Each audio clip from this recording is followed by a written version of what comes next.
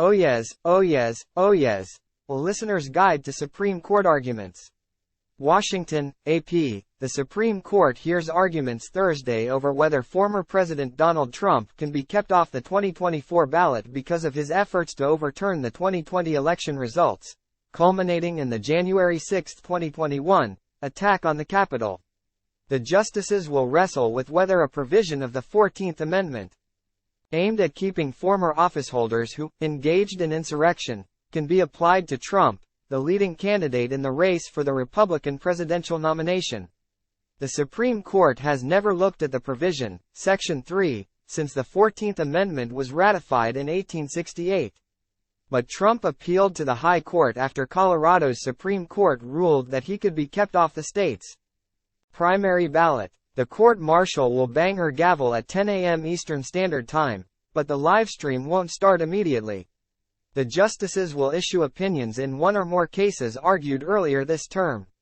It could be a few minutes before Chief Justice John Roberts announces the start of arguments in Trump v. Anderson, as the case is called. The livestream won't kick in until then. The court has allotted 80 minutes for arguments, but in a case of such importance, the session easily could last 2 hours or more. There are no cameras in the courtroom, but since the pandemic, the court has live-streamed its argument sessions. Listen live on apnews.com/live/Trump-Supreme-Court-Arguments-Updates or the court's website at www.supremecourt.gov. C-SPAN also will carry the arguments at www.c-span.org. A U.S. Supreme Court police officer stands in front of the U.S. Supreme Court Wednesday, February 7, 2024, in Washington.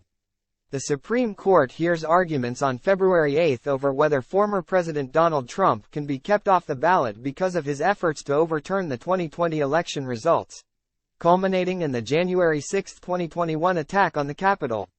AP photo, Jose Luis Magana. Almost everything at the Supreme Court is based on seniority, with the Chief Justice first among equals.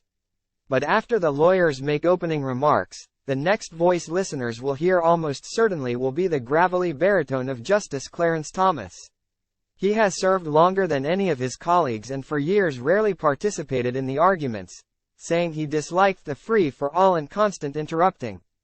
But when the court began hearing arguments remotely during the pandemic, Thomas began asking questions and hasn't stopped. By informal agreement, the other justices stay silent to give Thomas first crack at the lawyers when the questioning begins. In a second round, the justices ask questions in order of seniority, with Roberts leading off. Not everyone will necessarily have more to ask by this point. Once both sides present their arguments, the lawyer for the party that appealed to the court gets a short, uninterrupted rebuttal.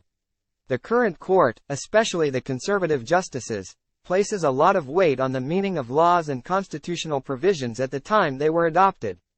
All the parties argue that history favors their reading of the provision, but they will face lots of questions from the court. The discussion is likely to focus on several terms in the provision as the justices try to parse their meaning. The lawyers will put forth competing versions of whether Trump engaged in insurrection. They also will offer their views on whether the presidency is in office under the United States, and whether the president is an officer of the United States. A phrase that doesn't appear in the amendment also might get bandied about. Trump's lawyers and allies argue that Section 3 is not self-executing, and that Congress must pass legislation before the provision can be applied. Salmon Chase, the 19th-century Chief Justice and politician, could get some airtime during the arguments because of his views on whether Congress must act.